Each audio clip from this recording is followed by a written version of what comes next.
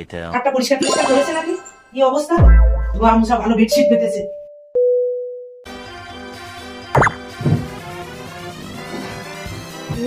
খুব ভালো লাগছে।